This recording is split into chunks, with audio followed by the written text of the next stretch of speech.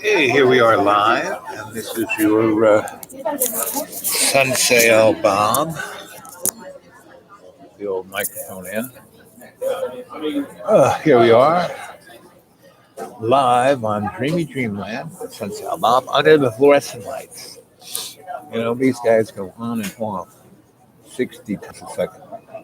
Fluorescent tube is like a discharge, boom, boom, boom, boom, boom, right? So it gets in here. There's a LED light bulb that also goes on, boom, boom, boom, boom, boom. But LEDs are digital devices, so they are even more discreet, meaning in a smart house or a building that's connected to a smart meter, they are dumping stuff into your brain. That little LED light bulb's a carrier, right? And when 5G hits the market, and man, I live, the school is in a pretty rural area, right? But still, right there, the beautiful thing about the school is on top of a mountain, looks down the valley, has the most amazing, beautiful, bucolic scenes. I mean, just go to John Birmingham's channel and see all of the, look at my house, right? Especially, you should look at the last video that he has put up. It's like, whoa, baby. He kind of took it off my feed and put it up there. And it's truly amazing, right? And so as you drive up the county road up to the mountain on the blacktop, there is a 5G antenna every other phone pole. This is a rural area, right? Well, it's already like being developed, but it's like only 8 miles to downtown, so it's really beautiful. So it's going to be amazing, as someone always says.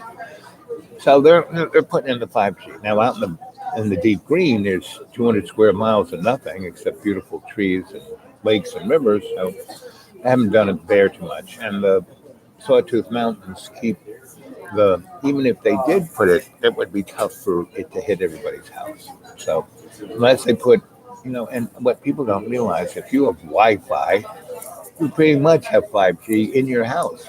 So again, that's a hidden hand trying to go after our little cerebral cortex, right? Because they're scared, man, and their fingernails are on the edge of their reality. And anyone you see in your family, in your neighborhood, in your everything, losing it. Like I woke up this morning and the canary in the coal mine was like blaming me for everything, for satanic, you name it. I was the cause of every problem in his life. Now, I've had a lot of problems in my life. I had no mommy and daddy giving me money every, whenever I needed, I pretty much had nothing to do with my family because I didn't want that. My brothers and sisters all worked for my folks, so they had that dependency. Me, not so much. So I learned how to, be flexible, how to navigate. And that's what we as a cadre have to do. Learn how to navigate, right? How to not be, oppressed. I mean, there's so many books written by people who survived the Holocaust, the Jewish Holocaust, the Nazi Holocaust. And it's really the Nazi Holocaust because they didn't just kill Jews. They killed gypsies and homosexuals and intellectuals and anybody who didn't go along with, the administration, which is exactly what's going on, where they're going after the crew, these 4 young women of color who are very intelligent, very sharp, and are pushing way back against Donnie, right? And against the machine, Miss Poposi, she is part of the machine as much as Donnie is, right? And Bernie and all the rest are part of the machine, because Bernie should be our president right now. He won the Democratic primaries, but Hillary and the DNC took it away from him, and he went along with it, right? So this is all stuff that we are like It's like we're in the middle of the cartoon, we're watching it. Now, if you're awake, this is important because this is enabling you to, access your conscious free will. Whereas if you let fear and anxiety, get a hold of you, you're just a mud puppet, And the canary in the coal mine is a perfect example, just a mud puppet, Amazing talent, amazing, the mud puppet, is a great guy, He really is. He's kind, he's generous, but like the Nazis, he could burn, 6 million Jews, because when he goes into that space where he's no longer his, you know, and he's like, bing, bing, bing, bing, bing, bing, bing. He can never have that level place that he can just kind of navigate. Right? So, been talking now 6 minutes. Here it's about 10:30 Eastern Standard Time. So, whoever you are, why don't you make a hey, how you doing? Let's have a little conversation. Let's hear you say something. It's pretty obvious that uh, some entity is keeping this communication kind of down. And let's see if this works. I'm going to say something here. Say something.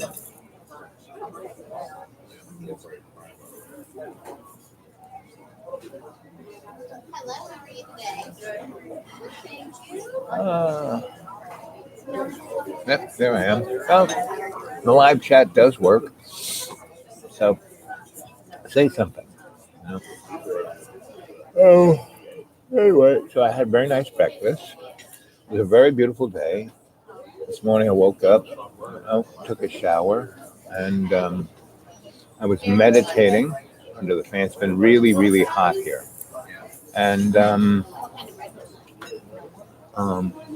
canary came down, and I could energetically feel that he was like, I made him a really nice, high protein meal.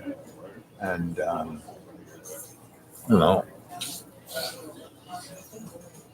that's not the day before.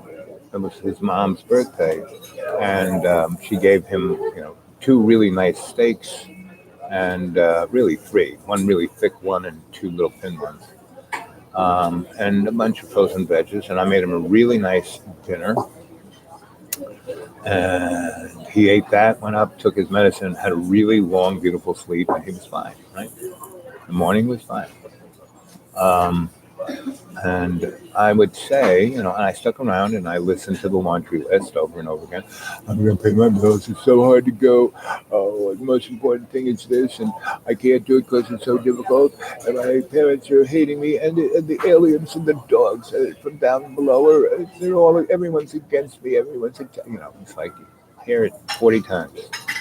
I've only been at the school now. Yesterday it was 1 week. I arrived a week Saturday, and it feels like a year.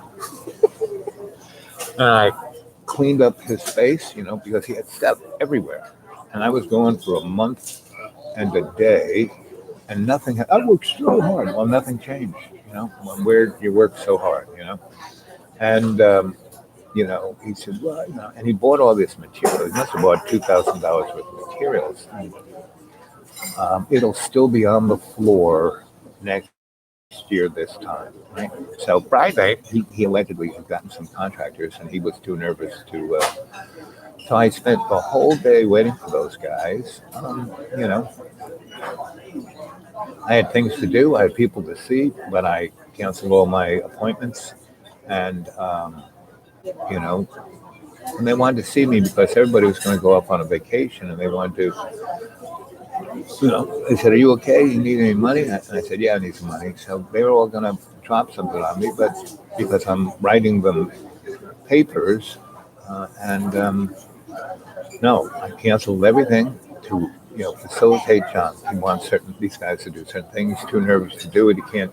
He had some guys come and put in gutters, which really didn't need it, but it actually, works better. It drains the water better than it just falling down like this. But the thing is, um, the way the house is stuck on top of this big rock, he thought the water from, because most houses have issues with their basement, the water comes off the roof, and if it isn't drained away, it kind of goes in the basement.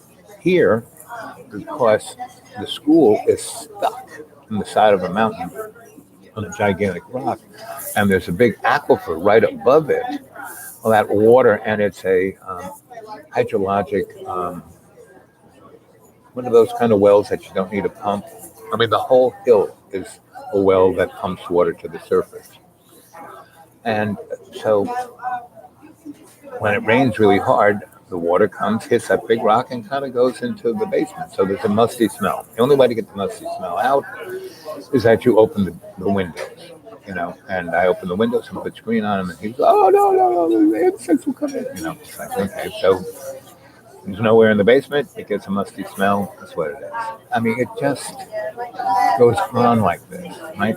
No matter what I say or help or try and do, I'm always the bad guy because I'm the easy bad guy. I'm his friend. He knows that no matter what he does, how mean he is, how cruel he is, how amazingly just unbelievable he treats me poorly, throws me out, puts my life in jeopardy. He goes, "Oh, you're always scared that you're going to get sick." Well, yeah, because, if I'm ever here at the school, God knows what'll happen. No. But he's my friend. I don't give up on him. He's also a person that is assisting me in being the better person. So, I mean, I could scream and yell at him the way he screams and yell at me. No, I just sit there, and it's really good. Like, I keep saying, he's the best simulator for, alleviating my stress. I mean, it's a little bit stressful when he's screaming right in my face and I can feel the spit,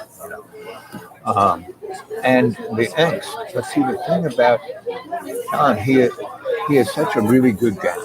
He really is kind, but because of this, he's not in control. So he lashes out, right, unconsciously, right? And so when you do that, what you're doing is Kant. He was the French Freud. And he said, whenever you attack in that manner, you're actually attacking yourself. But, and words, thoughts lead to words, leads to actions, deeds, and outcomes, right?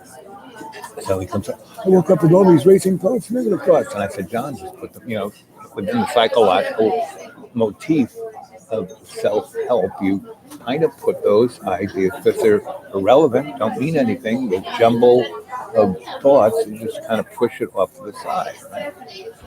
And that's my dying in 2014, and then coming back and having to rebuild my body. It damaged a whole bunch of things in me, which, if you worked out with weights, no, my ankles are mush. I have Charcot legs. No matter what I build, yes, it'll build up the muscles in my legs. Yes, that's what. But the stress of trying to, do, barbells, might snap my foot right off. So anyway. Lacan said, whenever you are projecting this energy, you're doing it unconsciously. What you're doing is putting the shadow in front of you. That energy goes there and goes bang, go right in. So whatever, terrible things are happening in your life, or you think are happening in your life, that you blame, collusion of your parents and aliens and, the right wing and all the animals and me. No, I don't think so. I've seen his parents in the almost 3 years. In September, it'll be 3 years. Maybe I've seen them 12 times, spent maybe 15 hours with them. I shared a Christmas dinner with them. a few other Easter morning, because I took him there to say, hey, come on, it's Christmas, let's go see that kind of stuff. Right? It was like when his, you know, family was here for a year and a half, for that first year and a half. John saw them maybe 4 times, and I had to bring him there in a guise. We drive around, we go to the co-op to get food, and then we come to where the kids were, and he would be, oh, I can go in there, she'll yell at me, blah, blah, or whatever. I would go in, ding dong, hey there. John's here, he wants to see the kids. And usually she was like, oh, good, get him out of here. Here's my car keys. So all their toys are in my car. Go to the park. We would do that. I mean, he could have done that almost every day. Not me. Oh, the most important thing is my family. And, so. And this is, let's see, the whole thing about this experience. John is my friend. I'm trying to do my best to assist. Yet, for me, it's an amazing vehicle to understand the world around me. Because John really is the canary in the coal mine, right? And I am sure everyone at some time is the canary in the coal mine. And that is the secret. If you can be aware and awake of your presence and be the canary in the coal mine, and say, oh wow, I'm the canary in the coal mine. I gotta understand what's going on. I'm gonna wake up. Like, remember Buddha side of the road, traveler goes, wow, are you God? Buddha goes, no. What are you, man? I'm awake. And that's what we have to be, awake. So, one of my great teachers, Pastor K, said to me, when I was like complaining about this, that, or the other thing, he said, no, buddy, all things are as they should be. You just have to be aware of it. And if you are, you will move forward and you will ascend. If you're not, you will be cursed to experience them over and over and over and over again. And the more you ignore, the more they're going to. Now, the subtle thing is that because we are this mud pudded, that we're not the ascended masters, that little venue comes every day. That's our opportunity to nudge ourselves like, baby steps up in our ascension. And so I'm a moron all the time, every day, every time the canary goes off, I, have the opportunity to respond mindlessly or go, wait a minute, what's going on here? Let me breathe. I'm going to stay. Let me see what's up, going up. Let's see what I can learn from the situation. So that's where we're at. Oh, there's Night and G. How you doing, T? Stay in the funnel, not in the tunnel. I like it, T. Very good. I like it. Yep. And that's, why we're here. We're not here to make a fortune or be a superhero or a star or any of that kind of, fame, ego stuff. Ego is the tunnel. Service to love's co-creation is the funnel, right?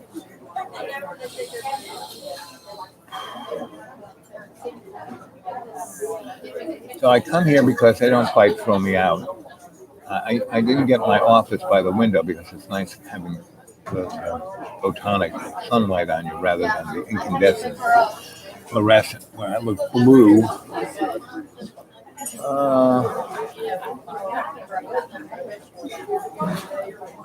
Anyway, so I have this very interesting thing this week. I'd have the tunnel with John, and then I'd have the funnel with the people out and about. And one of the things, I said, John, you should just go down and meet people. There's nobody I could meet. There's nobody who's as brilliant as I am as a filmmaker. There's no filmmakers here. There's no, to just get a job. Most people have a job so they can meet people, not just pay the bills. And he goes, oh, who would I meet? Some, meaningless person. No, every person is meaningless. Everyone has meaning. So I guess it was Monday. I went and had some more business cards printed, right? So I was there, and actually, I had ordered some cards before I went to the deep clean a month and 2 weeks ago. So I went there to see if they were done, and the lady who works there says, "Oh, no, no, no, no, sorry, no, they will be done. I'll make sure they're here Thursday." It's like Monday. When I was there, I still had a pocket of cards in my thing. I said, "So did you read my stuff?" I said, "Oh yeah, it's really great stuff." And we started talking about, XRATTED blogspot and the channel. And there was this woman next to me, and she goes, "Well, what channel? You got a YouTube channel?" So yeah, I gave her a card and said, "This is it." And the three of us started talking, and a lady behind the counter said, "Yeah, you should really check it out. It's like pretty and everything, you know." And the lady behind it, she was, graduated from Hollins with a degree in literature and a master's in screenwriting. John only went to the um, coffee shop. He'd meet somebody who's and she's there. I'm here. I can't really get. I got this job. I got a pretty affordable place. Everything's kind of balanced, and I'm taking the time that I'm here to writing.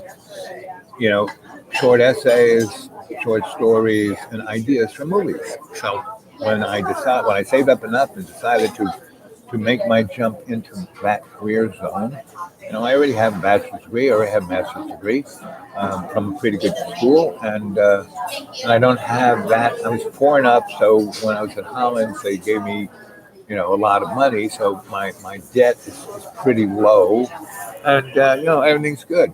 So that was the girl behind the counter. John went down there. He would meet that girl of his dreams. She's pretty attractive. She's probably about 23, 4 or 5. She's really smart. Like I said, she's literate. She's really amazingly well read, really sharp. And she got a master's in screenwriting, and she's writing right now. She's not like, oh, I have this degree. And I keep telling John, you're such a great writer, John. Just, do what I do. Just keep writing stuff. Write down out, one of the reasons why I do this dreamy dreamland thing and why I write my novels is because it gets it out of me, right? And I'm sharing it with you. Hopefully you can learn something from what I'm going through, right? So the woman who took my card on Monday, she was a chemist. And she's from Blacksburg, and she's just coming to the medical school here to do a little research and teach. And so anyway, she said, "Oh, I'll take this out." So there was no big. I just gave her the card. We talked a little bit. Thursday, I came back to get my cards, and the girl behind said, "Yeah, but they're not here yet. They'll be back here in the afternoon. I'm going to be going home. They're making me do 2 shifts." And I don't mind it because they pay me overtime, the second shift. So, but I'll make sure they're here. I'm not leaving till 7, so come by around 6, 7, and I'll make sure I have your car. So, unbelievably, I'm there, and who walks in? But the chemist. Right? And I gave the card to her. Some someone goes, "Wow, I did what she said. I did look at your channel. I did read your stuff. That's freaking amazing stuff. I really liked about it." And we started talking. So I said, "So what you doing today?" And Monday was like ridiculously hot, right? And so the place was air conditioned, but we were standing in a window, and that sun was so hot, we were like sweating, just through the sunlight coming through the window. And we're in a pretty air conditioned building. And she goes, "Well, I don't know. I have to, give a class at around 7." So I said, "Well, it's 12:30 right now. So between now and 7, you've got nothing to do." And she said, "Yeah." So I said, "Okay. Why you want? Let's go to the movies. There's a movie theater just around the corner." And she said, "Well, I don't know. It's a work day." I said, "Come on, you got nothing to do. What are you going to do between now and then? Stand in the sun? What are you going to do?" And she said, "Oh, well, you're right." So let's go to the movies. So we went over the movies, And I don't know if you guys have been to the movies lately, but it sucks because they make you sit through 40 minutes before it's going to start at noon. Well, the movie really doesn't start until 12:45 because they open the doors, they dim the lights a little bit, and they start showing you commercials. And every commercials, and they then go, and thanks for coming to AMC. This is what's happening in the movies, and silence your phone and don't talk, and get ready for the movie. And then there's a Coca-Cola commercial, and then there's a Chevy commercial. Then there's just this commercial. Hey, it's time for the movies. You get your popcorn, you got your Coke. Remember, turn your cell phone off. Don't talk. Now enjoy the movie. And then it's another, right? And it's like mind control. I mean, it really is. It's more mind control than the things that come over this. And this is really mind control. And anyway, so I don't, I go there and that stuff's running. This is a movie house with like 16 theaters in it. So I just go to some other theater, watch, 15, 20, 30, 40 minutes of the movie, and then go back into the theater. So we go in, we pop in the lights. I just could see that they were doing that. So across, we went to go see Spider-Man, and across was Men in Black. So I said, come on. So we went, and she goes, we can't do this. This is not right. I said, no. So we just walked, and I said, just act like you belong here. You are doing what you're supposed to be doing. So we just went, 4 steps to open this door, went across the hallway into that theater, went in. It was dark. And the movie was, how movies are now, especially movies like Men in Black or Spider-Man or Avengers, right? That kind of stuff. It's like broken up in little chunks of movies. First there's like the adventure that really gets your heart pumping 5-10 minutes, and then leads into this catharsis. It's the arc of the film. Anyway, so we came in, and that first 15 minutes we did go, but we came in right when really the movie was starting. Meaning the hero meets the protagonist and and then they go on, and you see the rest of the movie. And so we did. And Thor was one of the Men in Black, and there was this cute little girl of color who was a really smart one. And, they go through the adventure. So we watched the whole thing. And before that, before the credits start rolling, before the other crowd kind of walks out, we get up, we walk across, and the movie we came to see, Spider-Man, again, we missed the first 5 minutes when he was in high school. But now they're on their trip in Europe, and he wants to not be the hero Spider-Man. He wants to get close to this girl. And so we missed that first 5 minutes, but we saw the rest of the movie an hour and a half. So we watched that, and again, the credits were start rolling, and I look at the watch, and it's only 5 o'clock. I mean, we still got another hour and a half, 2 hours to kill before we both have to go do something. I have to go pick up my cards. She has to, go give her lecture. So I go, come on, let's go. So we're walking down the hallway, and again, there's the Avengers, which I hadn't seen, So I walk in, and it's just as the movie is starting to sit down, and we watch that movie, and then, again, we get to this part where, Avengers, it just seems to go on forever. And so we get to this place where she goes, I've had it with the movies. So I don't care how hot it is outside. Let's go. I said, well, okay, sure. I have one more little, distraction for you. And she goes, well, I've been having a great time. This has been a great day. I really never, haven't done anything like this ever. This is. So we get up, we walk out, and instead of going to the lobby and then walking around in the back of the building in the sun, we go out a fire exit. In the theater, it doesn't have an alarm. We come out, and there's the car parked right there. We throw the car. We drive around the thing to this hotel that has a swimming pool in the middle of the atrium of the hotel, and it's not like indoor atrium. It's the building's all around. And instead of having a little garden, they have a big swimming pool, which you can, again, if you park over here, you go through the laundromat, and bingo, you're right out on the swimming pool. So what we did was we went that way, and then we came out and went through another door and went into the bar. right? And my buddy B, who's been there forever, 20 years, and he is like the Obi-Wan Kenobi of the disco world of Roanoke. And he runs this bar that used to be the place called the Elephant Walk. And back in the day when that place was really hot, I used to go there. I was the dude. And so B and I go way back with buds. And he goes, "Oh, look who it is. It's the dude. Have a seat, buddy. I kept your chair for you." And he gives me a Long Island iced tea made the way he likes it. So I didn't even order it. He's just making it. I go, "Make two of those." And I say, and put them in a pool cup. Now, the pool cup is this hard plastic, not a styrofoam cup. It's a hard plastic. They wash it, they use it again, and it's kind of bright orange. And when you walk around with that pool cup, it means that you're a guest of the pool, and you can go into the pool. They won't throw you out because you have that orange cup. It's like your ticket in there.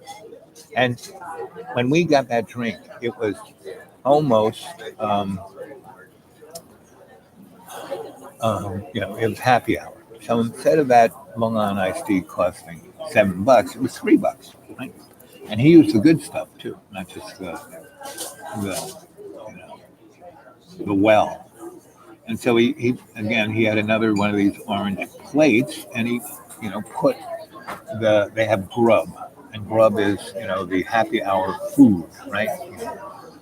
Chicken wings and little Chinese rolls and a few other little goodies. And he kind of stacked it up there, gave us our drinks, and sent us on our way. So we went back to the pool, and I was wearing my shorts and my t-shirt, right? So we drank our drink in the shade and these tables, and the sun had gone down to the part where the sun wasn't beating. The building was shading the pool and the little patio from the sun. Just the other end was in the sun.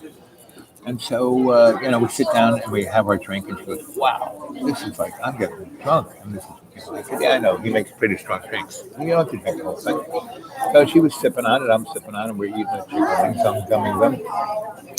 And it's really, really, really hot, even in the sunshine. And the sun had been there, so those seats were like toasted up. And I said, I went and got towels and put them on the chair for her. Anyway, long story short, I take off my shirt, I walk to the edge of the pool and take off my shoes, and I get in the pool and I start swimming around.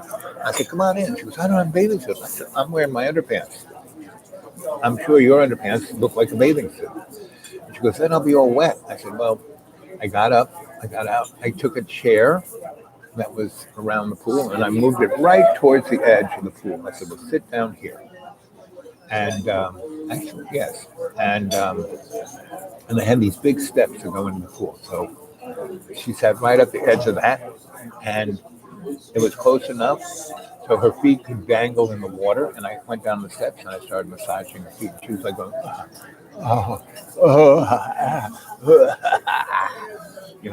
totally losing her mind. And she goes, "That feels so good. If I wasn't going to be all wet, I'd almost take, my dress off and jump in the pool with you." I said, "Okay, next time you bring," and there's a bathroom right over there. So next time, bring your swimming, wear your swimming trunks, and pick up your dress, and then you can do this now. Go swimming in your undies, and then go in the girls' room and take your wet undies off, and just go free range in your dress. And she was like, almost thinking about it, but it was kind of getting close to her time, right? And I didn't want to miss my business card. So, it's all about timing. We got up, we went out, got in the car. I drove it over because she left her car over near the print place, and I left my car in the printing place. She was driving her car. So anyway, because I'm a homeless guy. My car's full of stuff. So went over there. She went on, and she goes, "That's the most fun I've ever had, ever." I said, "Really, ever?" She goes, "Well, as far as I can remember." She goes, "I've always been studying. I've always been, doing what was expected of me. This is the first time I've ever done anything like this. I really, really enjoyed it. I want to see you again." She says that to me. Usually I say that to the girl. And I go, well, there's going to be this food truck thing over the other side of town. Why don't we go to that? And she goes, okay. So that was yesterday. Right? And so we met at another one of my favorite places like this. And we went on, no, we met at another place. I stayed there a while and met somebody else. Right? But we met over near the food truck place. And again, we were there and it didn't happen. It happened Friday rather than yesterday, Saturday. So she's there and she brought a friend. Her friend was English and her friend had been a child of thalidomide. I don't know if you know thalidomide. In England, it was a drug that pregnant women took so they wouldn't have morning sickness. And they knew it was going to be nasty stuff, but they thought they could just balance it right so nobody would. And I was fine for about the first 3 years, but in the process of manufacturing, there was a batch that was whoa. And people, little babies came out looking like, octopuses. And there was this woman, like the chemist's friend, who was an octopus. She was in this kind of super duper George Jetson wheelchair that she controlled with her eyes, but she had no hands. She had not even flippers. She had tentacles. She didn't have a head. She just kind of had a thorax with a little bump on it and two eyes, and they were like this, not like this. So she had no depth perception. And she had a little mouth like this, not like this. And she just had one hole as a nostril and two little holes for ears. She was a squid, right? So we had the most amazing conversation. She was really smart, and she's part of she's a PhD person, and she's an endocrinologist, and she wanted to study so people wouldn't end up like her, and so she was not self. I look like a squid. No, she was fun. She was funny. She was everything, right? And after a moment or two of me, I kind of said, yeah, okay. And, chemistry girl was there, and we had a very, very pleasant time. Right? And it wasn't like, I'm like, oh man, I just need to have sex with. No, I was enthralled with how smart these people were. I was amazed how this woman and she kept calling. Just think of me as a squid. Her name was Elizabeth, and I didn't call her squid girl. I called her Elizabeth. And in my brain, I wasn't thinking squid girl. I was thinking Elizabeth. That I liked her English accent. I liked her insights on everything and her intellect, and she had a really beautiful sex. I mean, unbelievable, right? And and her skin kind of looked like glassy plastic. And she didn't have suckers, but almost. And I commented, so that's very nice perfume you got there. She goes, no, that's how I smell. Really? And that's how she smelled, because it was like the beauty from within her was coming out. And so, in the deep green, I don't have a shower, bathtub, or anything. I kind of walk out in the rain and soap up. I hit myself with a hose. But I don't really ever smell bad. And my clothes, they never really smell bad because my body doesn't smell bad and put the funk on because what's inside of me is coming out. And Elizabeth, that was her in spades. Her beauty, her amazing sweetness, her intellect just shone out. So that was the last thing. And on the other side was John complaining about how everyone's attacking him, how his life's miserable, how I do everything to hurt him. He, I don't know why or how he does this, but he puts he'll, when I use the washer, I'll have a couple pair of shorts, a couple of shirts, some socks, a towel or two, and I put it on small load, the light, right? And I put the dial on light, and it cycles through and washes and does its thing.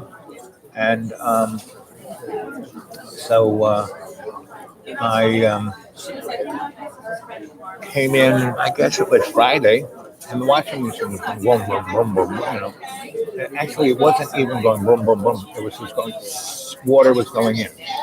And John had put it into mega load, right? And I looked in there, he had two shorts and a t-shirt and a couple of socks. And I had left it on light load and put it on mega load, right? And he had put it on hot. And, I turned the shower on and the water was super cold. So that meant that washing machine had been running for God knows how long. So I said, well, I'm just going to go make dinner. So I start chopping things up and preparing and making dinner for John. And, an hour goes by, John doesn't come down. I got everything ready. I kind of boil this, fry up that before, because I don't really put everything together until John comes down, and bingo, I put it all together, warm it up, and pass it on to him, right? And I probably have made him 2,000 meals over the last 3 years. And everyone is like, wow, this is amazing, this is the best. Meaning, it's like the first meal he's ever had, right? And a lot of times, did you piss in that? Did you spit in that? Did you? So,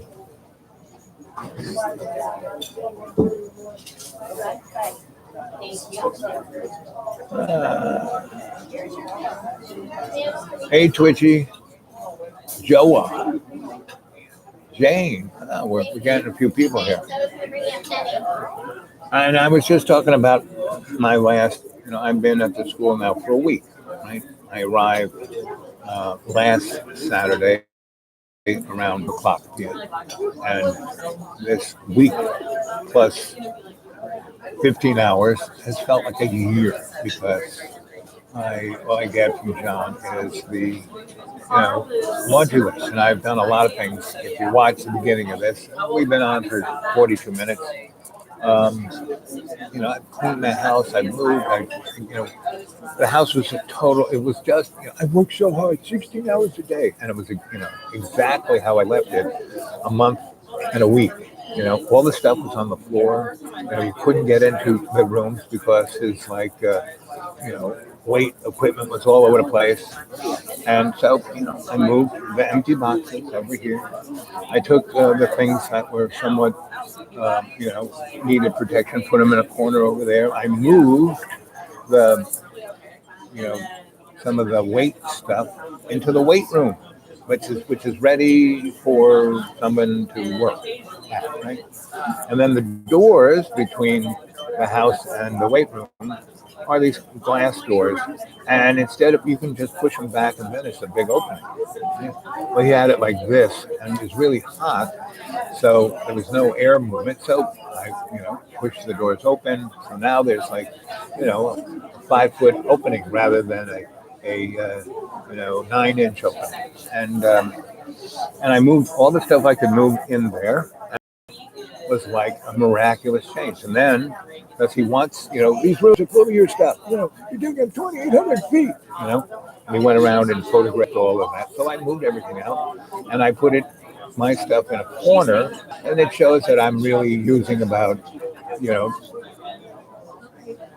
maybe 200, not even 200 cubic feet.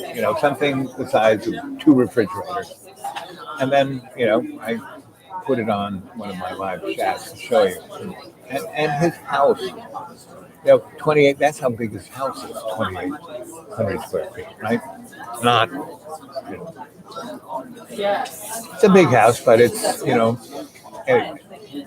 that's a whole different thing. Anyway, so I did that, not a thank you. Well, there was a little bit of the tire of this big, stair stepper thing that weighed like 500 pounds, made a little on this newly painted floor, and if you want it, all you had to do is like hit it with a little wax or maybe a little more polyurethane, and that was, and He's painted a concrete floor. And when you paint a concrete floor, now, he should know this because in his bathroom there's a concrete floor that he has painted many times, and it chips up. Right? Well, I've seen pictures of his masterpiece, his Sistine Chapel of the floor. It is quite interesting, um, and but a little piece of paint chipped up about the size of a nickel, and he lost his mind. It was like, you know, a Holocaust, you know. But he didn't see how I changed the room so he could live in it, right? Because he doesn't want to live in it. And again, this is another metaphor for people who are the canary in the coal mine, and that they don't want to live their life. They just want to complain. They just want to be miserable. They're much more happy with their misery. So the more I do to try and help him out, the more he gets angry at me, the more he accuses me. So this morning he woke up and really, wow. And I don't carry my phone with me 24/7 like he does, so I should have, you know, I do catch him every now and then.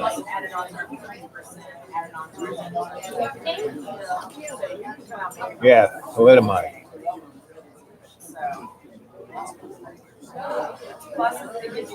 Yeah, well, you were lucky. You're lucky there, Twitch. You could have been a, but you know, this woman, she was a squid, and she was the sweetest, nicest person. Jane.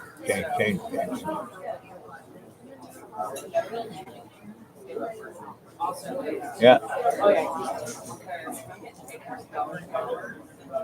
Well, he did seal the floors with polyurethane. But the thing about sealing your floors, it's not one coat. You got to keep putting coats on top of it. But even with sealing it with polyurethane, um, what you really have to do, there's a product. It's kind of what it does is opens up the pores of the concrete, which concrete's very porous, and then this pink gooey stuff goes in there. Then when you paint over the pink gooey stuff, that paint adheres to the pink gooey stuff that's into the pores of the paint. Whereas if you just paint atop the concrete, the paint will set up before it gets a chance to go into the pores. And I suggested that to John. And anyway, and also suggested that he get a respirator. He had one, but he'd find it, wear gloves, wear protection. But, he was pretty much, so it affected him. That's why I was saying this. Yeah. See, Jane, you're an experienced painter, but John knows everything. He's you'd almost think he was a Virgo. So, but again, sometimes I sound like that friend you have that complains about their significant other. It's hard. You see what I have to deal with, how I'm exposed to this toxicity. So I have to, I use it as my vehicle to ascend that. Because, as my sensei did once, he wanted to show us that intent was everything. That, miracles were everywhere. It's not like Jesus is the only guy who could do it. And Jesus talked about miracles. He said, everyone can do a miracle. And it wasn't like Jesus was like, oh, Jesus never prayed. The only time he really prayed was when he was in the Garden of Yosemite or wherever that was. And because he knew what was going to happen. And he wasn't asking God, oh, I don't want to do this. No. I mean, that's kind of what the Bible says. No. But he was irritated. It was like after Last Supper, they're in this nice thing. He wanted everybody to pray together, to do ceremony together. And none of those chuckleheads even showed up except for one who kept falling asleep. So he was talking to God, I really got to do this for this bunch of morons? Really? I'm doing this for them? Come on, And that's like when he's up on the cross, God, don't, forgive them because they know not what they do. And that was Jesus being a lucky bastard, ascending. He could have like whammo and erased everybody, but he didn't.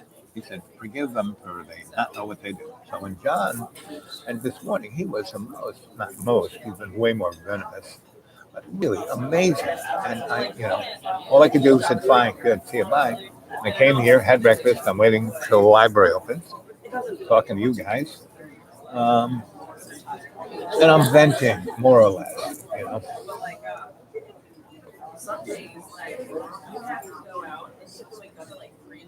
Hmm.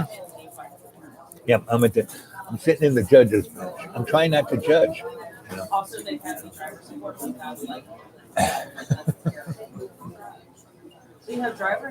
know, I'm at best the court clerk. The judge is up there. The judge sits above me. I'm just the court clerk. Jane, when are you going to come and get me? I'd love it if you could just drive down here and get me, and we could go have some fun. A cold. It's been ridiculous. Has it been hot up there in Canada? Because it's been unreal hot here. I mean, in the hundreds every day for the last week. And one of the things he accused me, and you're sitting in the fan, out in the weight room. There's two fans in the ceiling. And that's the only, he had all the windows closed. I said, no, let's take the windows off so we get a little air movement, right? And so, he's got air conditioning on for the whole place, and he won't turn it on because he's scared that the air conditioner will condense and flood the house out. It's like, John, turn it on, cool the house down, then turn it off. And then, put the thermostat so it doesn't go on unless it's 72. Not, he puts it at 48 and keeps the air conditioning run for days. Of course, there's going to be a lot of condensation. Of course, the little pan's going to get full. But if you put it at 72, it'll, because the house is like at 98. It doesn't cool down at night. So I go away, I sit in a place like this, has air conditioning. I go to whatever other place I am. Oh, Jamie. I guess I have to put another pair of glasses on, Jamie. I can barely read any of this. Last time you looked anyway. Ay, ay, ay. Thanks for making me laugh, Jamie. It always makes me feel the best when I'm smiling.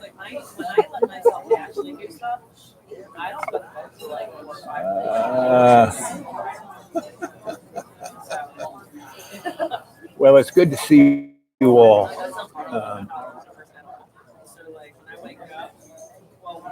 You moan for me. Moni, Moni. Moni, Moni. Anyway, what else? It's 52 minutes and 35 seconds. It's 11:07, another 2 hours for the library goes. How am I doing on my battery? Let's see, how much time do I have on my battery? I got about 5 hours. Okay. We're all good here. So, what do you guys have to say? You've heard me moaning.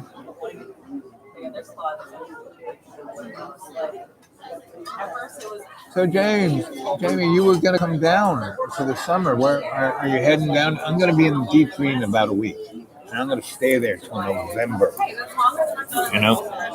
pretty much have everything I've done. I had a lot. Not only did I have to go to these doctors and have procedures and have all the teeth taken out of my head and a whole bunch of things like that. Thursday I got my eyes operated on, and then I'll be good for 90 days at least. And I'm trying to get the show on the road. I'm trying to get other people, but at here, there's the crew in D.C. Congress. Well, there are a bunch of grandmas who are really righteous people, and I'm trying to get them to run for office. And one is, and she's running for state legislator. And in Virginia, that's where the power is, not in your city government or your county government. Because those people can't even make laws. All laws in Virginia come from the state legislature. Even, in your city, the parking laws and this one, it all comes from. So the rich people can have what they want. Right? They focus all the power at the top rather than through the bottom. So, my next Sunday, I should be heading out of town. right? And or even Thursday, because it's just no matter how much I use the canary in the coal mine as a training tool for myself, my better self, it's still, you've heard how much I vented in the last 55 minutes. So let's see. It's Jamie's and my wife in Portland right now. Dr. Joe just been to an event. She's back in a week. After that, I'll try to get over there. Okay. Portland, what? Portland, Oregon? Portland, Maine? What Portland? You East Coast or West Coast guy? And who is Dr. Joe Dispenza? What kind of event is that?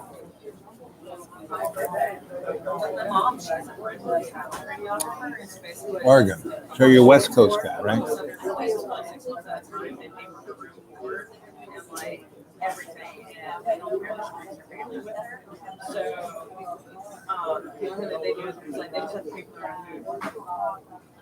So a friend of mine told me about how, all of the what's above Canada, way up north. What do they call that? Not quite the North Pole, but that Canada, Alaska and the top part of Canada, where the permafrost is and all of that. What do they call that? But whatever they call it, it's on fire right now. It's the worst. And because that stuff is, the permafrost is made of a certain thing, it has been tamping in a good chunk of the world's not just carbon, but all of the methane and the things that are really intense greenhouse gases. And they're all on fire, and it's all going straight into the upper atmosphere and being one reason why East is having this tremendous heat wave is that these fires are changing the jet stream. It flipped it around. So the West Coast is getting rain, from Midwest to the West Coast is getting severe rain and cold, and we're getting this desert kind of heat. Thanks to Dispensia, he gets people to go deep into gamma state. Okay, I'm gonna go take a look at that. Yep. Yukon. Yep. So, do you know anything about those fires up there? Because it's not in our media at all. A friend of mine, who is a space weather guy, kind of got a hold of me and said, "Take a look at this." So I will. Another sip of coffee.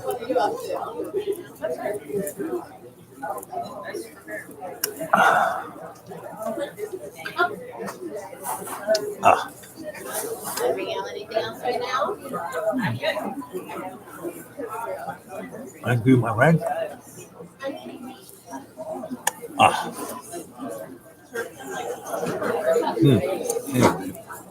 So, Dr. Dispensia, he kind of interests me. I'm going to definitely thank you in advance for that link. And I'll find that link and you up on my Gmail, right?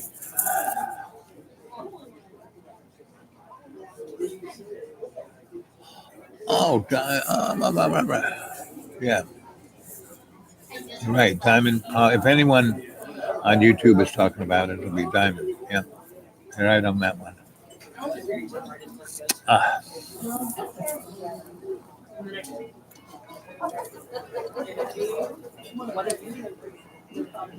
Thank you, my friend.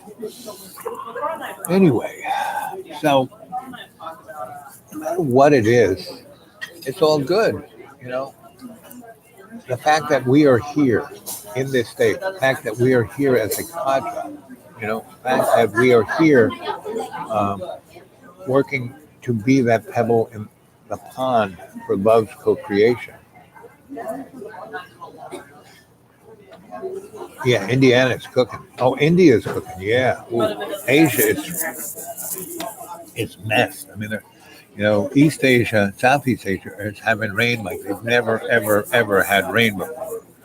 And India and Pakistan and that whole thing into the Mediterranean is getting baked like it's never been baked before. Germany and Italy and France are really, France they had 103 degrees, and then with the humidity it was like 120. They just yeah. Hey, but nothing's wrong, nothing's going on. Don't it's like these aren't the droids you're looking for. Nothing's going on here. And that's why we have Donald Trump. He is the total distractor, disruptor. So we're not looking at stuff we should be looking at. The fact that they're getting rid of NASA, getting rid of the EPA, getting rid of NOAA, getting rid of all of that stuff, and they're not changing the laws. They're just not hiring people to run them, and they're not defunding them. They're just taking the money and putting it into their own piggy bank, into the main thing, so they can then give more tax write-offs to the rich. And and what's really interesting, all those people who are Donnie's 32%. They're getting the worst. I mean, they're the people. All those coal miners, and he didn't help them one bit, right? And the coal companies were going to retrain them, but he stopped them from doing that, right? Well, we're going to bring back the coal mines. Well, they didn't in the last 2.5 years. They didn't retrain those guys. So it's like, oh, yo. So it's and So what's he doing? He's instead of he's changing the subject to, oh, you have no health care? Oh, look at that. Oh, you have no job, no safety net whatsoever. Oh, they've gotten rid of food stamps. Sorry about that. Oh, we've defunded every food bank there is. Oops. So what does he talk about? For women of color. And, that. I mean, we live in an alleged democracy. What did we have? A revolution, and that they complained about the king, So, and in our constitution, what I thought was truly amazing, Jimmy Dore is something. If you guys, he's probably the best news guy in all of media, and he is a low-grade strip mall comedian, right?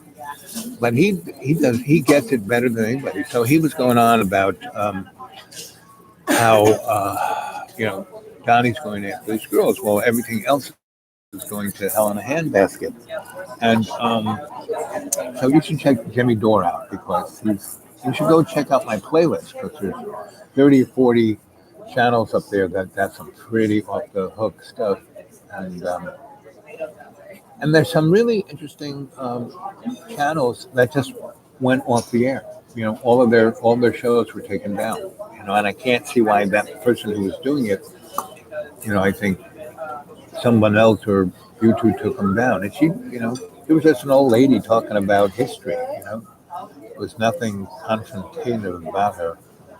And that's why I keep telling you guys, put everything on thumb drives, on CD-ROMs, on your hard drive, because one day your album may be missing, just like they did. I was doing fine on my little phone, and then one day, oh, sorry, I can't use it anymore.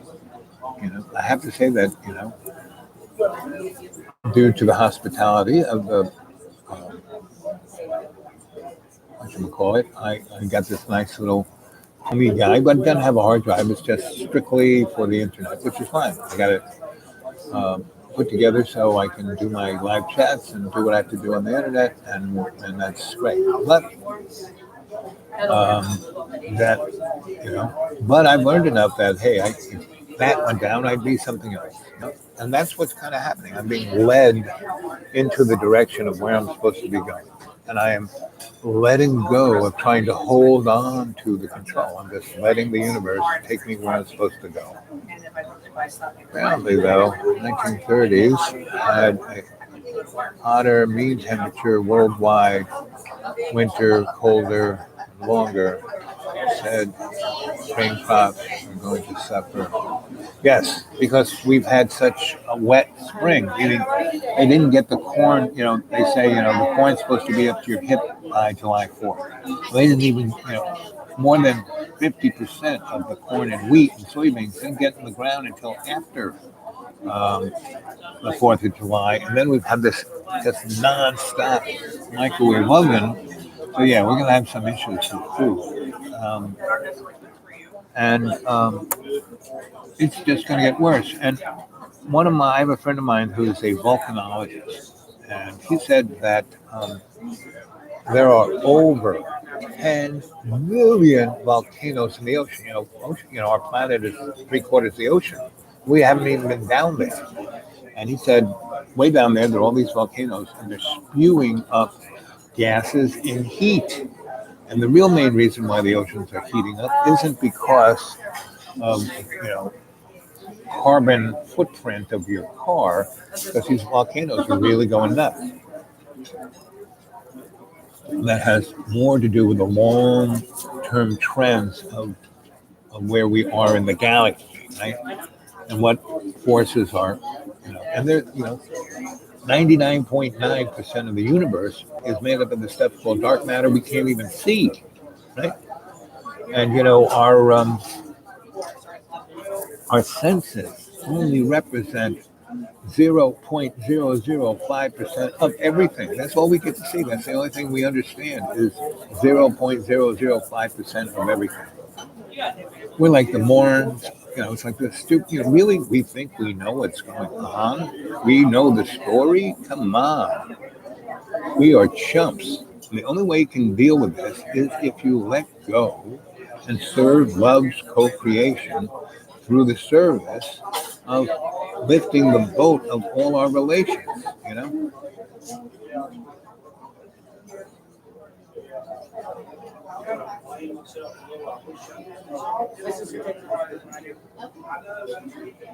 Yep.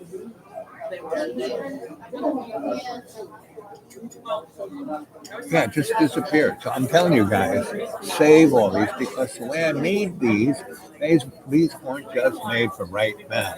A little conversation. These are shamanic ceremonies. You go back and watch them. If you watch them over and over again, they'll have a cumulative effect. That's why I made them the way I made them. So this here. Okay, Jane. Mr. Flitz. Schlanga fall, baby. Schlancha. He doesn't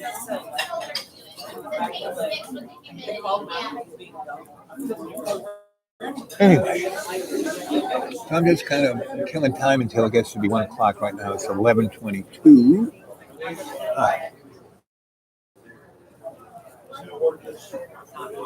And the churchy crowd hasn't moved in, so I don't feel like I have to get up and get out of the way.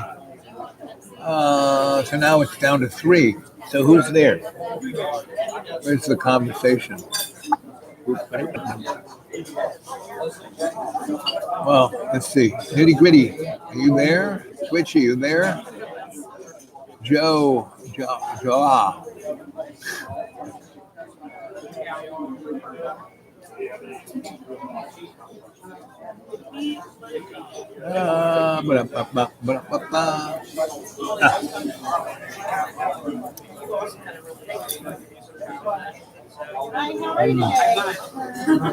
Hey, sweetie. You having a good morning? How's the coast?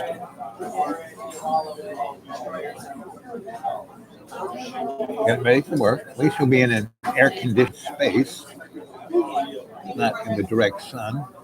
You could be picking cotton.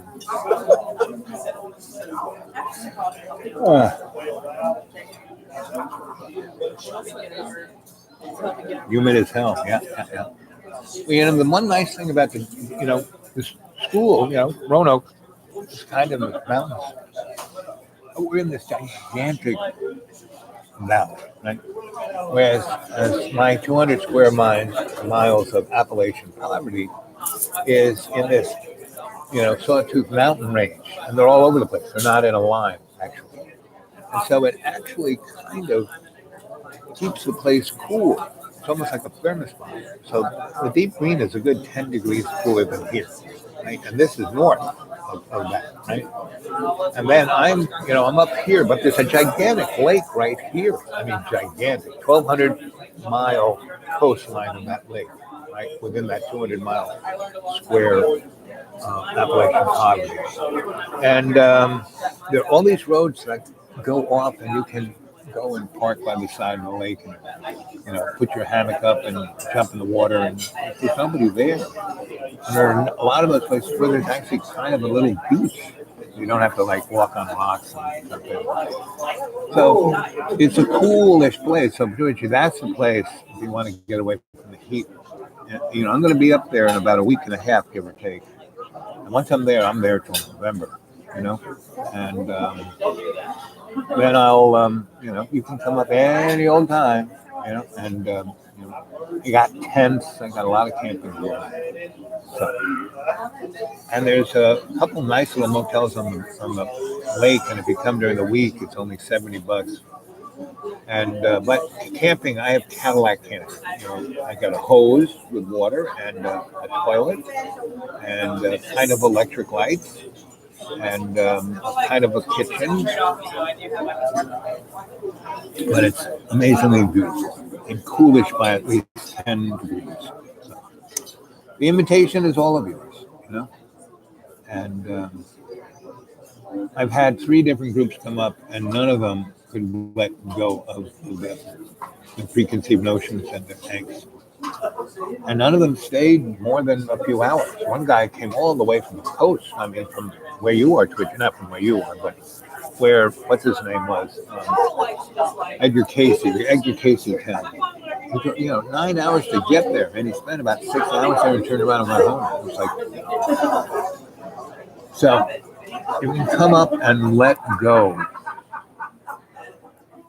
then you can. I actually have about 3 acres, but I have, the national forest all around me, and I don't have it. I have nothing. This is a friend of mine's place, and so, but I'm he's nice enough to at least stay there forever. So. Anyway, so that's the story. What else can I say? I don't think I can say anything more except responding to your conversation. So you're about to take off from work. Planning to Hickory, North Carolina. His parents are getting. Hickory is nice. It's kind of near Waynesville and Asheville, and it's way more. It's way super, and it's not far from me. Hickory is probably 100 miles from me, give or take. Because Asheville is maybe 70 miles to me, because you kind of go straight up 26, you turn right at Elizabethton, and keep going for another 20, 30 miles. Bingo, there's my front door. Oh,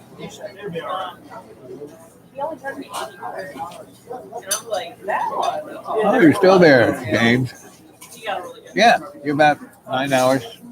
Ireland you'd probably fly into Atlanta, and then from Atlanta to where my place is probably a 6-hour drive, and you might be able to go to Atlanta, and then with that international ticket get a flight to Asheville, where I would come and get you. If you went to Asheville or Johnson City, Tennessee, I would come and get you.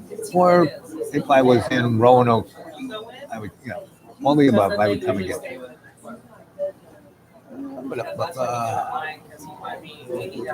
Jamie's back.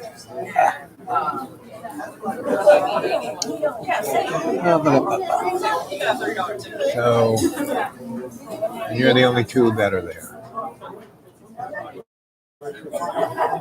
All right.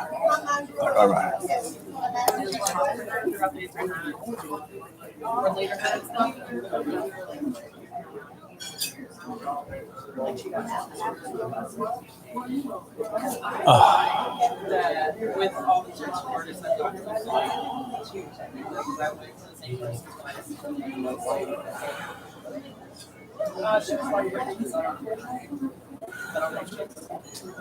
I don't know if she's still there anymore, but she was there for a while. But it's really funny because Dan touched this one with the ring.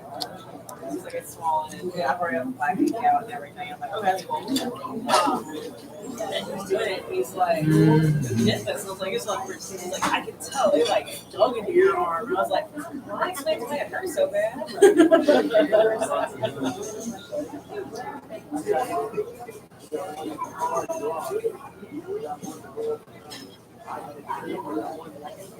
A little bit. Yep. Somebody you like, it works out. But Can you feel my energy? I was kind of sending it to all the Padre, all our relations. But you're the two that are, electronically connected. But you both feel pretty good. Yep.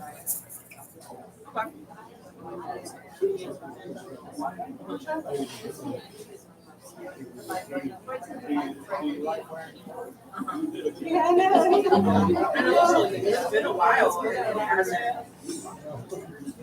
And the fact that they did like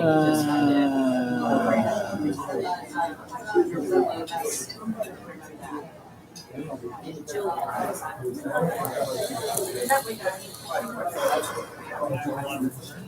yeah. Yeah. Oh, Eden, good to see you there, buddy.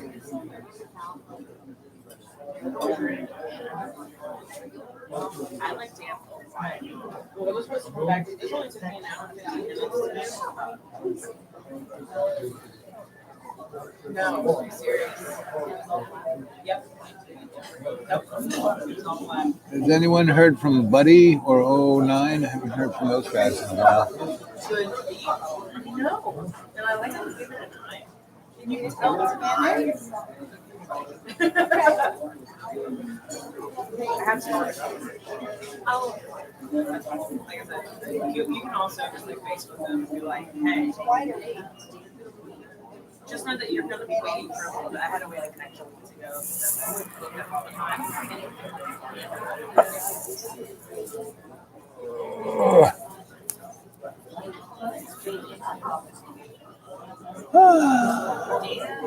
It's fun to talk to.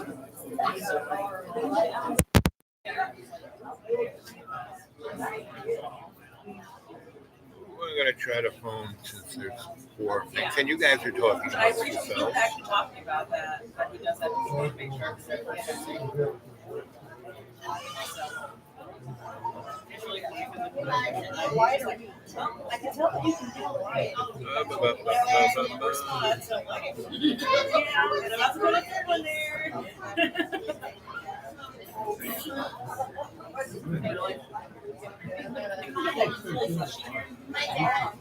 Whereas it's like the Tinder pictures man too. I'll listen to stories. I could phone to this guy, couldn't find his phone number, then it popped in. It's kind of the magic cell phone I got. Piercing and like his first tattoo. And so I always do try it. And I did it, and then he started crying. And I'm like, that sucks. And he's like, yeah. He's like, Yeah. Okay, that guy didn't answer. But, what doesn't kill you makes you stronger, Twitch. Look at me. I am the prime example of what doesn't kill you makes you stronger. So, and that's why I'm your sensei.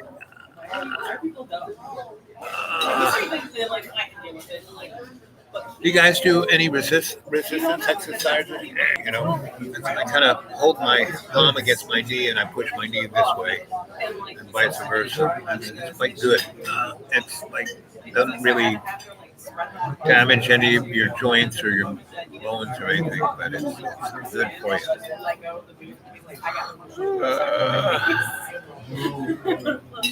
Did you see stars?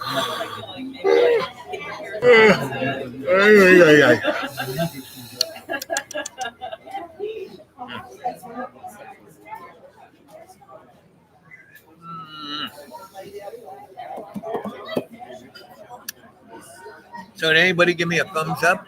Yes, it says 0. you guys might resubscribe and hit that bell.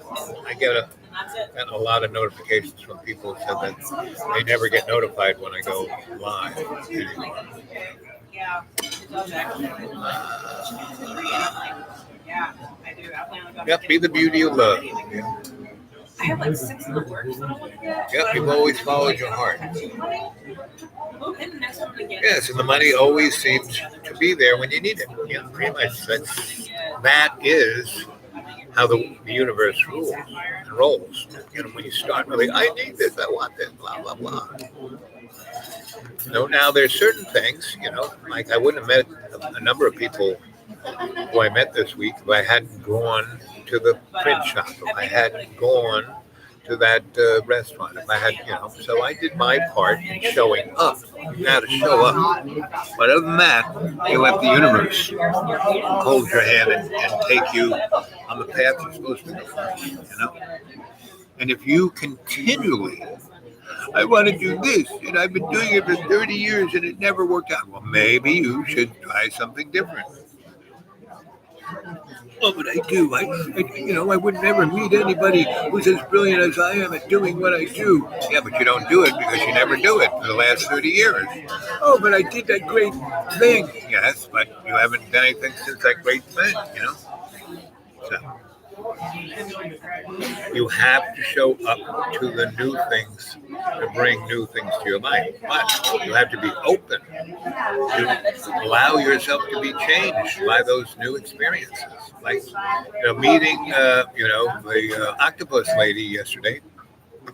She was the most amazing human being. She didn't want, or say somebody. She could have really said that company did this to me. But she didn't. She couldn't really not be a squid, so she, embraced her squidness and became the best squid she could be. Right? To help others not to be taken advantage like she was. That's what she's doing. She's serving love's co-creation.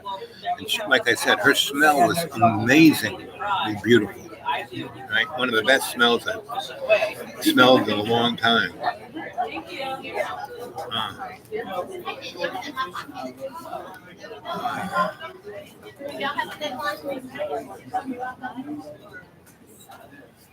Did Tammy? No. We were buds, We would go in the back of the truck stop, and she always had a good bone roll. So, no, we were buds. And I was just her friend, I wasn't, trying to have sex with her. I wasn't trying to get anything over. I was just, being her buddy, and she was my buddy. We had a great, we were in Morgantown. We were, she was on my high list of my good friends. Oh, you saw Ganga Ji?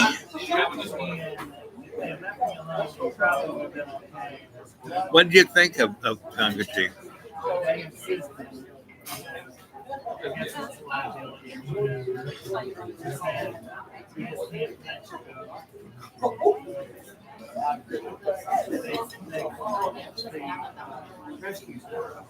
She seems to have a temple or something in Colorado. If any of us ever took a road trip, we'd have to go to Ganga Ji's little temple, and I'm sure we could have a great time there.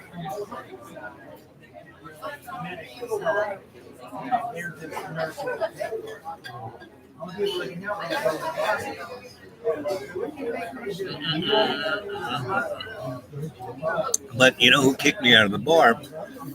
So it was a third strike with my shrinky girlfriend, and the third strike was this. So, the first strike was with Ganga Ji, right? And then she got this whole group to worship her. They fixed up my friend. They probably did $100,000 worth of cleaning Howard Church up to where it was like, wow. And then she shows up, walks down the thing, spots me. We go into the green room, spend an hour and a half talking about old times. Her handler comes, gets her, and she go out the back door. She didn't even say goodbye to the gang, right? So those people were after me with burning torches and pitchforks. Next strike was when she brought the monks from Tibet there, and I got them on the front page eating cheeseburgers at McDonald's. The third strike was along Broadway between UNC between 26, the intersection of 26 and Broadway and UNCA. That road comes into downtown as Broadway. That used to be this guy who had actually, it's what it is, not just for the Biltmore House. It was the center of patent medicines, herbal medicines, for 200 years, like from before the Civil War up until 1928. And when that guy died, he left. He had all of Broadway was his driveway, and he had these little shacks along the street that grew medicinal herbs. And he had his herbal school where now UNCA is, and that whole Broadway and this forest. He had about 300 acres of before the dinosaurs forests, and he kept it. Nobody touched it. He didn't let him put roads up there. Didn't let him go after it. And when he died, he left it to the city with the express, I'm giving you this and a whole bunch of other property downtown that you can make into your downtown, but don't touch this. Leave it alone, right? And then in 96, when the real estate guys blew in town, they wanted everything. So they wanted to widen that road and make it a, thoroughfare. Anyway, so there were all these little bungalows that people would come and study and live there and be like Thoreau. He built them because he wanted to be like Thoreau. And there was a big kind of building right along the stream that was like the factory slash warehouse slash, store that you could come in and buy herbs. But from 1926, not so much, because the river, when it would flood, it would come in the bottom floor and fill it up with mud and stuff and ooze out. And after, from 1926 to 96, and nobody do anything. Man, that thing was pretty moldy, and partially did that on purpose because he had things growing out of the basement all the way out into the edge of the spring, and when the mud would kind of come in, it would regenerate those plants. Anyway, he died. None of that worked. And that was, so I took over, after coming from New York, taking over buildings for the Homestead Act of 1873, I did the same thing with these buildings, but I didn't go through the whole process. I just said, hey, nobody cares. Let's go move in these things. So we did. Well, they bulldozed everything except the pink house because it was kind of situated in a place where they didn't need to bulldoze it and it would be too difficult. And it was like the mold that was down there, they were scared of. It was like a whole different alien life force. And we made peace with it. So we lived. They had this beautiful staircase that went up through this open kind of storefront up to the top floor, which very sudden had a balcony all the way around. So that's what we used. That wasn't moldy. That wasn't, smelly. That was the first floor, a little bit musty, but not like the bottom two floors that were like had another life. So we kind of closed the bottom two floors over. Kind of just didn't really use the main floor on the street level. But the top floor we turned into a collective. We called it Beer School, right? And that's where every Thursday, Friday, Saturday, we had poetry readings and theater and books and stuff. And my little salon from my apartment kind of moved into Beer School. And there were people who, there were about 4 larger rooms. And then there were at each corner, there were like little apartments. Right?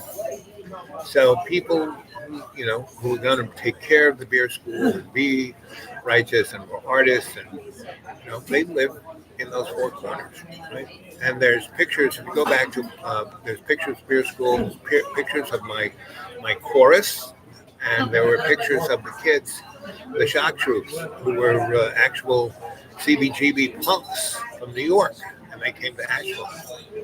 And if you go back, about 6 months, I tell this story. And anyway, third strike with my shrinky girlfriend was, so I am doing the Beer School, and we paint the whole building. The only we found, all the art we did in Asheville over those 8 years, we didn't buy anything. We found this. I had a big truck, and Stefan Eins, who started a thing called What Do You Want, which really kicked it wasn't the Biltmore House. Stefan, and his thing was this building that was on Broadway on Lexington, two main tracks, and he started a store where he and I would go out in my big truck and we'd go through the rich people's garbage, take it back, turn it into art, and sell it. People would throw out boxes of DVDs and CDs, and we would sell them, for nothing, but still sell them. And they'd have clothes, and he'd cut them up, and his girlfriend Deirdre would sew them up into really cool clothes, kind of like what Banana Republic did, which used to be Canal Jeans, which I was part of. Anyway, and so Stefan and Deirdre really, and when Stefan and Deirdre split, Stefan went more into sculpture, and Deirdre got a store called Interplanet Janet on Lexington. Because they made, first year that they had that store, they made $100,000. And this town was dead. But there were 3 colleges, and the college kids had no place to go, so they would go there. So the next thing we did was, I couldn't bring all college kids into, my apartment. That was more like the beach scene, right? And but the beer school, big enough to get about 100 people upstairs and hang out on I had a beautiful southern porch all the way around. Half of it faced the river, the other half faced Broadway. So we were having this, and at that time I was working for the state doing a ethnography. They were going to build before they built the I-26 that goes from South Carolina up to Johnson City, Tennessee at 40. They had 1923, which was a road like this, but they had tractor trailers going up and tons of them, and terrible crashes, a lot of people dying, really screwing up transportation. So they built this 4-lane superhighway that went right through Madison County. Madison County is called Bloody Madison County for a reason. And that reason is that's one of the largest moonshine places on the planet, and they also grow bud. And basically, because everyone in that county does this, the police, the sheriff, all the politicians are owned by those guys. And when the feds come in, they just kill them. So after they had a few wars, the feds said, okay, we're like putting a little red line around these guys, and we're not touching them. They're not big enough business. They're not interrupting our business, so we're not going to worry about it. So, Madison County went nicely, but when they were putting that 26 interstate up right through their state, they were scared that those guys would start taking pot shots at everybody and make it really tough. So they hired me as like St. Patrick and sent me up to hang with, and I kind of obsessed me. I kind of first started camping out in the National Forest edge, and then I would come into their town to buy stuff. And then I started hanging out in a couple of the greasy spoons they had. Then I went to church, right? And the church they had, the big church they had there, was a Baptist church that was snakeholders. To be part of the church, you had to, pray Jesus and hold 2, copperheads in your hand. So I came in, and you didn't have to do it the first time. I came in early, right? And I was sitting there nice, and the minister came over and we talked, and I was nice to them. They were nice to me. They kind of knew who, that I was kicking around their town. They kind of had an idea of who and what I was, but I wasn't really, making any demands or thrusting into their county or their business. So anyway, I'm sitting there and I'm watching the minister's little 6-year-old play with this box of copperheads, and he was picking them up and swinging them around and whacking their heads on the furniture, and I was going, well, if that little 6-year-old, he's either baby Jesus or they have defanged those snakes. And so I kind of got a little closer and watched him, and when he was swinging them up and the thing would try and go after the kid, it was just like gumming the kid. I go, okay. So it was next Sunday when they asked if I wanted to join the church. I said, yep. And he said, okay, come up and praise Jesus with, put your hands in a box, and when you feel 2 snakes, pull them out. And if you don't die, then you're part of the church, right? So I do it. And I'm like saying all the right prayers and praising Jesus and going and speaking in tongues. And the guy takes the snakes out of my hand and hugs me and then baptizes me. you know, he's our brother Al. He's a new member of our town. And everyone's like clapping me on the back. And now I'm part of the town, part of the church, part of everything else. So the next day, I was down in the Greasy Spoon, and the minister came over and he goes, "You are one piece of work, aren't you?" And I said, "What are you talking about?" It's okay. I kind of checked up on you. And so I realized that you watched my son pick those snakes up and whack their heads on the furniture, and you realized, and then you look closer, and when they were trying to bite him, you realized that they were just gumming them. So you played the whole. I said, "Yeah, of course I did." And he goes, "I've checked up on you, and an anthropologist, and you're like looking at us like we're native." I said, "I'm trying to wear the grass skirt," and he started to laugh. I said, "Listen, I'll tell you the truth. You know, the state has set me up here because they're scared that you guys are going to start taking pot shots at the guys when they start building that highway." And I said, "I actually have the blueprints of where this is going to go." And the guy said, "Well, okay." He looked at it, he goes, and I said, "Listen, they put this in. This is going to be better for your business because you'll have better. You won't have to take all those stupid back roads. Your sheriff will be in charge of that chunk of the highway. You know, you'll be fine. It'll be better for business." And he goes, "Yeah, that's what the council said. That they kind of like you the way you spent a whole month first out in the fair, and then where you're one of us. Not really, you don't belong. Like you're all right, and you seemingly will be good for business, and you can represent us." And I said, That's really what I'm here to do." So, and that's what I do. That's when I work for the corporate world, I represent it, for the best good of everybody, not one group or another. I kind of have people together. So, so one of those guys, one of the OGs said, instead of, why don't you stay on my farm, you know? And, I hear you're an electrician. There's some things I need done. And, you know, you know, it'll be good. Right. So I said, fine. So, I'm still getting paid. So I find this lesbian in Nashville. And her thing is she buys school buses from the surrounding, whenever any school district has an auction of school buses, she buys a couple of them and maxes them out as RVs. We go to her and I get an RV. And again, to go back 5 months when I was looking through a photo thing, there's a picture of me, well, not me, but me taking this picture of this beautiful white horse and this nice, beautiful little valley and a farmhouse and a school bus. That's my school bus. And that horse was, you know, killer kind of horse.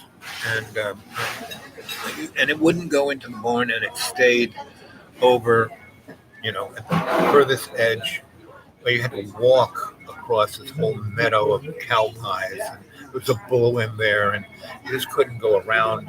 Anyway, I would go over there and bring him carrots and brush him down because he loved that. And after about, 3 or 4 weeks of doing that, he became a horse. I brought him back to the paddock. I got him to be comfy with me walking him and, taking care of him and putting him in the barn. I never put a bit in his mouth. And then I rode him, right? So, and I knew if I did that, the OG that had me on his farm, that was a very expensive horse. And it was like going to wasteland. The horse wouldn't mate, wouldn't do anything he wanted him to do. And so the fact that I didn't break the horse, I kind of brought out his best side, right? And so he started to become productive for the money, because his horse, you take a look at that picture. It was the most amazing, beautiful, strong, could run faster than anything. And anyway, so, I spent a good 6 months, of the spring, summer, and fall with these guys. And then they started building it, and then everything was copacetic, and nobody died, and everybody was happy. So I became really good buds. So next spring shows up, and they have this thing called the Spring Fling. What the Spring Fling is that all the OGs buy a Massey Ferguson 3000. That's like a $50,000, big farmer kind of tractor. And all over the winter, they design a trebuchet. That's a thing that it's like slings things. And the spring fling is when these guys get together, have a gigantic party, and they compete by saying everybody who competes not only has to buy a like $200,000 Massey Ferguson tractor, but spend another how many thousands building a trebuchet, and then they have to put in 50 grand cash for the pot. So there's like 10 guys. So that's like quite a bit of money there. You know, $500,000. And whoever throws their tractor the first gets the pot. But they have the best food, the best bud, the best hooch. And when I went to that spring fling, they had the Almond Brothers and about four other bands like of that level playing, and it was just the best, amazing party. You definitely had to be invited. It was you couldn't just show up. Um, so that was spring fling, and it went on for a whole week. And I tried to, I don't drink, I don't, but I hung out with those guys for a whole week and just had the greatest of fun times. And and so. Summer goes by, the fall comes by, and we've got the Pink House, and I'm having a beer school. And I tell the guys, why don't you come to beer school? And we have this corner place. You guys come to the party like you partied up there, but a whole bunch of different people, fun. It'll be great. And there's we have our guest suite that you guys can crash in and go back the next day, so you don't have to drive home drunk. So they came with lots of shine, and this shine was so clear, so it didn't burn. It went down smooth, but just like a thimble, put you on Planet Claire. And they had this other box of all these eyedropper bottles of flavor, root beer, sassafras, you name it, whatever flavor you like. A few drops in there, and they had these plastic baby bottles with nipples. So if you a little baby bottle like that with shine and a few drops of flavor, that was enough to put you on another planet for the next week. And it was a plastic baby bottle because you got drunk, you break a glass, everyone, you get broke, you get cut. So they had it down to a science, and so they would come, right? So so it got to be known as the Pink School on Thursday, Friday, and Saturday. We're and we pretty much had a party going on from Thursday at 5 to Sunday at 10, right? Then we go to Howard Hangars and hang out in the jacuzzi in the basement. And and Howard would come to these parties. So anybody was coming to these parties, had a great old time. The chief of police was my good buddy. So we did just crazy stuff for 6 years. And basically the powers that be said, well, there's nobody here, no one cares.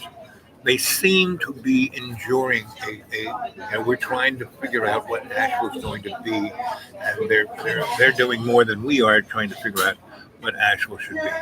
So we were left alone. We were allowed to do whatever the heck we wanted to. The rich folk would come to our parties just so they could, we went to a bohemian party. And so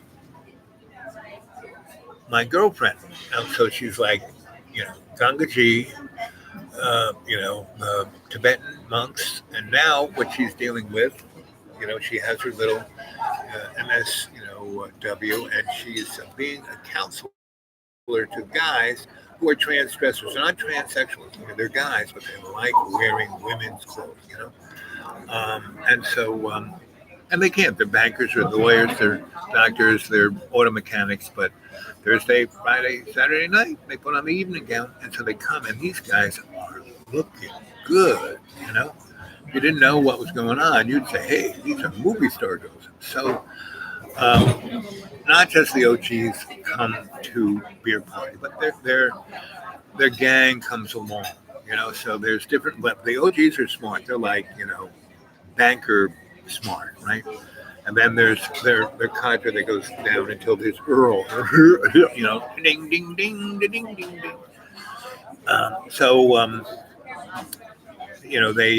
They kind of come to the party and they're having a good old time.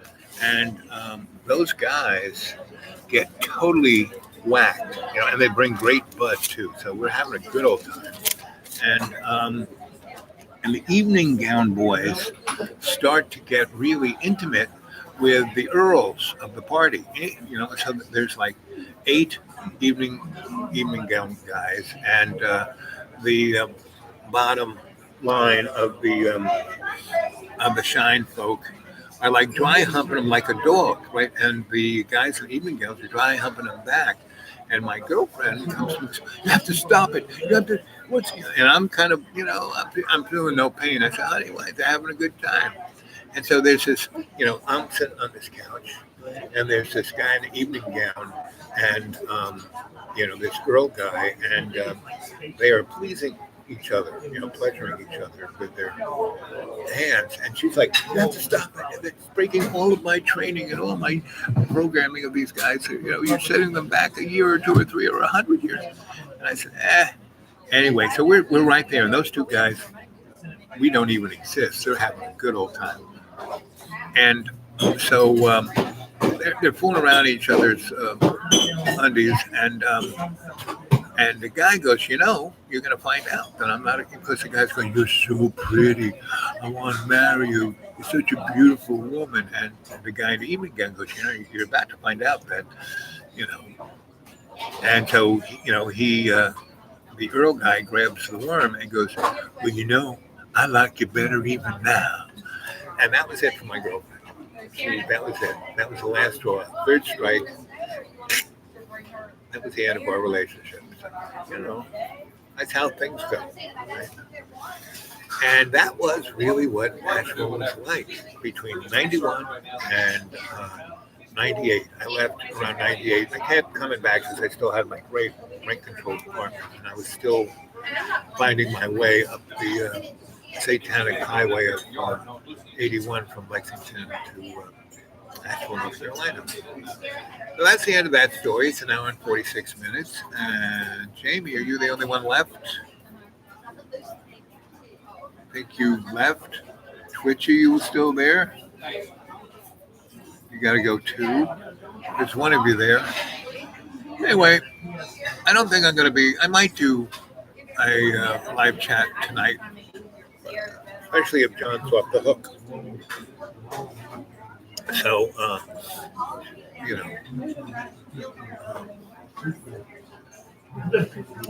I love you all. Have a beautiful day. I'm going to go have a beautiful day and go to the library and work about 5 hours on my 2 novels. And that's where we're at. Okay. So it's 1 hour 47 minutes. So when it hits 1 hour 47 minutes and 47 seconds, I'm going to say I'll see you later. Okay.